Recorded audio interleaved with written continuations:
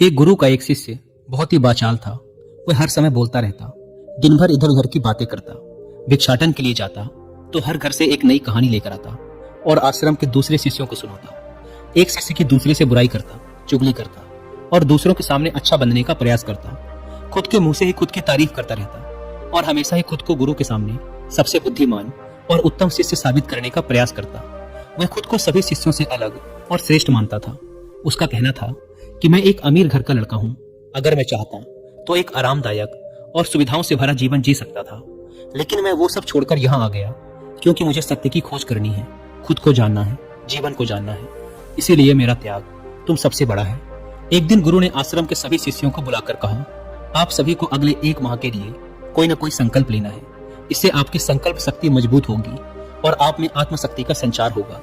आप सभी अपनी अपनी सामर्थ्य के अनुसार कोई सा भी संकल्प ले सकते हैं और 1 माह से पूर्व आप में से जिस चीज का भी संकल्प टूटता जाए वो अपनी पुरानी दिनचर्या में वापस आते जाए। सभी शिष्यों ने अपनी शक्ति के अनुसार छोटे बड़े संकल्प लिए और गुरु को अपने अपने संकल्प के बारे में बताकर वहां से चले गए। लेकिन वो बातोनी शिष्य खुद को सबसे अलग और बड़ा दिखाना चाहता था। इसीलिए वो सीधे गुरु की कुटिया में पहुंच गया और बोला, मैं कोई छोटा मोटा संकल्प नहीं लेना चाहता, बल्कि खुद की ही भांति एक बड़ा और महान संकल्प लेना चाहता हूँ। कृपया आप ही बताएं, क्या संकल्प लेना चाहिए मुझे? उस बातोनी शिष्य की यह बात सुनकर गुरु मुस्कुराए और बोले, क्या तुम मेरे द्वारा दिए गए संकल्प को पूरा कर पाओगे? क्या तुम्हारे लिए उसे पूरा करना संभव होगा?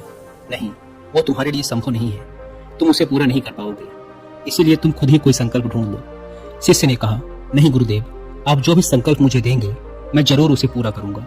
आप बताएं तो सही। गुरु ने कहा, ठीक है, तो तुम अगले 1 माह तक चुप रहोगे, मुंह से एक शब्द भी नहीं निकालोगे। यही तुम्हारा संकल्प है। शिष्य ने कहा, गुरुदेव, ये भी कोई संकल्प है? ये तो बहुत ही आसान है। 1 माह तक चुप ही तो रहना है। कोई बड़ा संकल्प दीजिए जो मेरी योग्यता के लायक हो, जिसे पूरा करने में मुझे समस्या हो। गुरु ने कहा, पहले तुम इस संकल्प को तो पूरा करके दिखाओ। शिष्य ने गुरु की बात मान ली। वह उसी समय चुप हो गया और पलटकर कुटिया से बाहर चला गया। उसे चुप रहना बहुत आसान लग रहा था। उसने एक दिन तो जैसे तैसे चुप रहकर काट लिया, लेकिन दूसरे दिन से उसके मन में ना बोलने का बोझ बढ़ने लगा।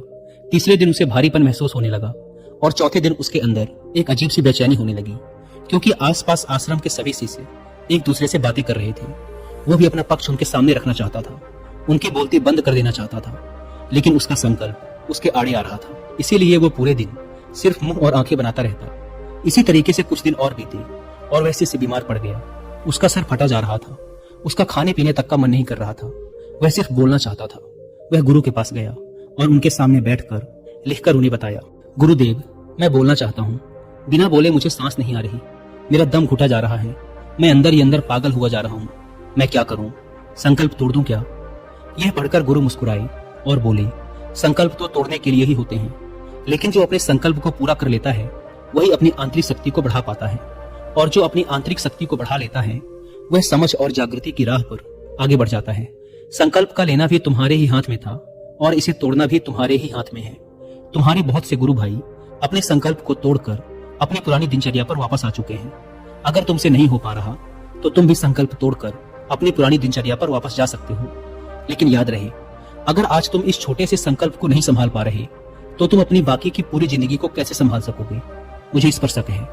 बाकी फैसला पूरी तरह से तुम्हारे हाथों में है। गुरु की यह बात शिष्य के दिल में चोट कर गई। वह बिना कुछ बोले वहां से वापस चला गया और खुद को अपनी कुटिया में बंद कर लिया। वह केवल अपने जरूरी कामों के लिए ही कुटिया से बाहर निकलता, बाकी सारे समय कुटिया के अंदर ही बैठा रहता। 15 दिन बीत चुके थे और आश्रम के लगभग सभी शिष्यों का संकल्प अब तक टूट चुका था, लेकिन उस वाचाल शिष्य का संकल्प अभी भी जारी था। संकल्प लेने के बाद से अब तक उसने एक शब्द भी ना बोला था। सारा आश्रम हैरान था कि इतना बोलने वाला इंसान चुप कैसे हो गया। 15 दिन बीतने के बाद वह दोबारा अपने गुरु के पास गया और लिखकर बताया, हे गुरुदेव, मैं बाहर से तो चुप हूँ, लेकिन मेरे भीतर बहुत सी आवाजें हैं, बहुत सी चीख पुकार और शिकायतें हैं। मैं अंदर ही अंदर बात करता रहता हूँ। मेरा मन तरह तरह के प्रश्न पूछता रहता है।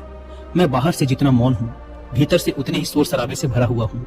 मुझे शक हो रहा है, क्या मेरा संकल्प अभी भी जारी है? गुरु ने कहा, हाँ, तुम्हारा संकल्प अभी भी जारी है, लेकिन जब तक लोगों की ये आवाजें तुम्हारे कानों में पड़ती रहेंगी, तुम्हारा मन बोलता रहेगा, क्योंकि इसे तो आदत है बोलने की।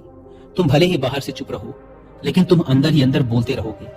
तुम्हें इन बातों से, इन आवाजों से दूर जाना पड़ेगा।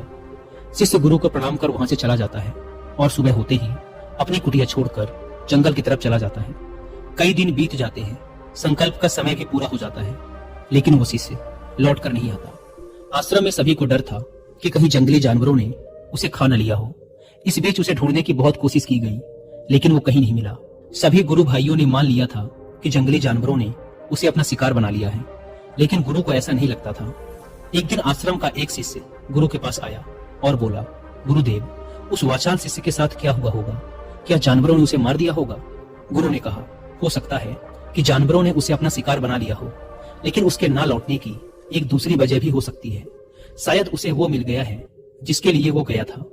शिष्य ने पूछा, गुरुदेव, क्या ज्यादा बोलना इतना हानिकारक होता है? गुरु ने कहा, इंसान के जीवन के बहुत सारे दुखों में से एक दुख ये भी है कि वो कभी चुप नहीं रह सकता, हमेशा कुछ ना कुछ बोलता ही रहता है। सिर्फ हमारे बोलने के कारण हमारे आधे से ज्यादा दुख पैदा होते हैं। परिवार के अधिकतर झगड़ों की वजह हमारा बेमतलब बोलना ही होता है। हम में से कोई भी चुप नहीं रहना चाहता, हम बस सामने वाले को सुना देना चाहते हैं। जो भी हमारे मन में है सब निकाल कर उसके मन में बैठा देना चाहते हैं, उसे समझा देना चाहते हैं कि देख, तू गलत है और मैं सही। आखिर ये कहां तक उचित है, क्योंकि दूसरा भी तो यही कर रहा है।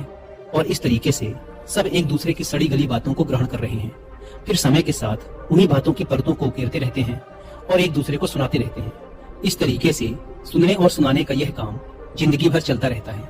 लेकिन इस नासमझी में हम खो देते हैं अपना समय, अपना जीवन, अपनी समझ और सबसे महत्वपूर्ण वो कीमती पल जो जिए जा सकते हैं, जिनको अनुभव किया जा सकता है, जिनमें आनंद को प्राप्त किया जा सकता है। लेकिन इसके बदले हमें मिलता क्या है? कुछ नहीं, सब व्यर्थ और बर्बाद हो जाता है।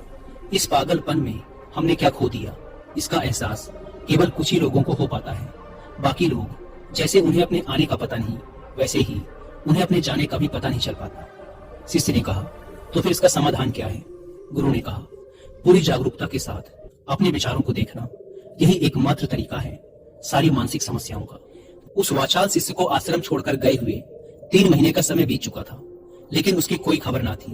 अब तक तो सभी गुरु भाइयों ने भी उसके वापस लौटने की उम्मीद छोड़ दी थी, लेकिन एक दिन वह आश्रम लौट आता है। उसे देखकर सभी के आश्चर्य और खुशी का ठिकाना ना रहा।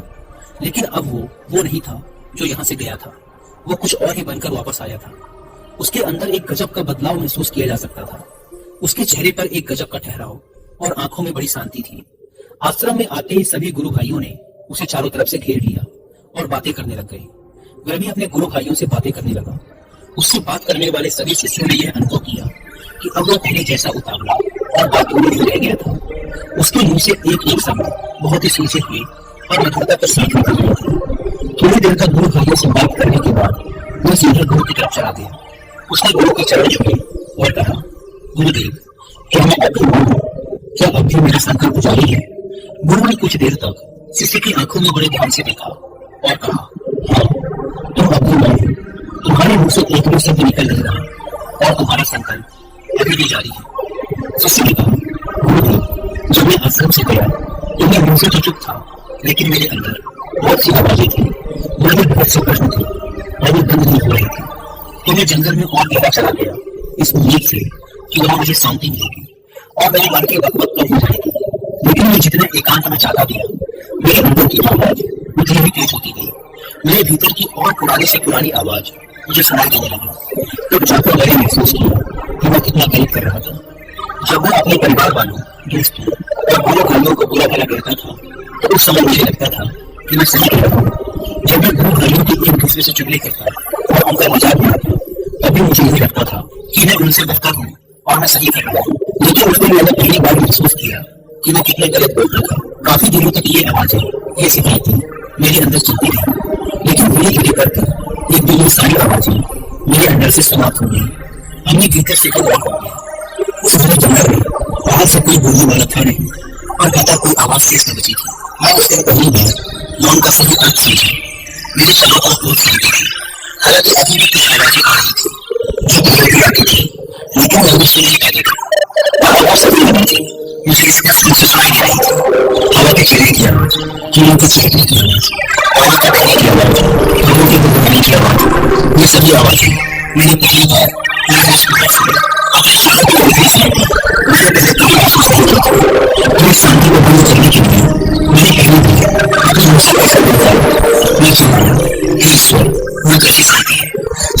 मेरी सैलरी की मुझे क्या हो गया। लेकिन मेरी जिंदगी की बात थी, वो जिंदगी दुनिया में सब कुछ बहुत ही जटिल समझ मैंने अपने बड़े भाई से बात की, मेरी ऐप से बात की, मैं चल रहा हूँ, सब कुछ देख रहा हूँ। लेकिन मैं एक अंदर देखता कि बात मेरे कभी बेटा सा तेरा एकांत में होता हूँ, जब मैं खुद में भी सोच नहीं सकता हूँ, कभी एकांत नहीं होता हूँ। अब सब दिखाई देने लगा है, सब सुनाई पड़ने लगा है। जब तक हम बाहर की तरफ बहुत जाएंगे, भीतर शांति रहेगी, दूसरी लोग आगे की तरफ जाएंगे, फिर बाहर हमारे लोग से कुछ नहीं, हम शांत हो जाएंगे। दुनिया में जितनी भी बुराइयां हैं, ज्यादातर हमारे बोलने से ही उत्पन्न होती है, क्योंकि हम चुप नहीं हो सकते। हम अपनी जो बात है उससे भी ज्यादा मिलते हैं। हम सामने वाले को सुनना नहीं चाहते, बल्कि उसकी गलती नहीं देखना चाहते, उसे समझा देना चाहते हैं, दिखा देना चाहते हैं कि सब कुछ हमारे साथ है। बस यही हमारी जिंदगी का मकसद बन जाता है। हमारे साथ और क्या, उस व्यक्ति की बोलने में बदलती है, ऐसी बातें कभी जो हमेशा अपनी बातें को सुनाने वाले होते हैं, कभी कभी किसी को सुनना नहीं चाहते, समझना नहीं चाहते, लेकिन कहना वो हमसे चाहिए। तो नहीं कहेगा, कभी छोटा महसूस करता है, कभी किसी की तारीफ करता है, हमारा होना ही है। इसको हम सब नहीं बोल लगेंगे, कितना जरूरी है, क्योंकि वक्त का बोलना मुझे भी निश्चय है। और ये बोलना ही हमें अपने को बनाने को लौटने देगा, क्योंकि हमने बोलने की कोशिश की है और आज करके इस संसार का लाभ, लेकिन अंदर को जिंदगी का संसार की बात करवा है तो जिंदगी नहीं रहना चाहिए। इसी की जगह की बात में आपको क्या होगा, मैं सभी बेटा मुझकी बर्बाद है, लेकिन मैं ज्यादा बोलने लगा, जिन्हें सुना है वो एकांत में रही और सुन रही। इस लोगों वाले से भीतर की यात्रा कर पाई, लेकिन अगर तू चाहे तो इस संसार में रहकर भी एकांत में रह सकता है, सही रह सकता है। लेकिन इसके लिए उन्हें अपनी मंजिल पसंद करनी है, जिसे वो अब तक अपने लाइफ के सफर में डिवाइड कर रही थी।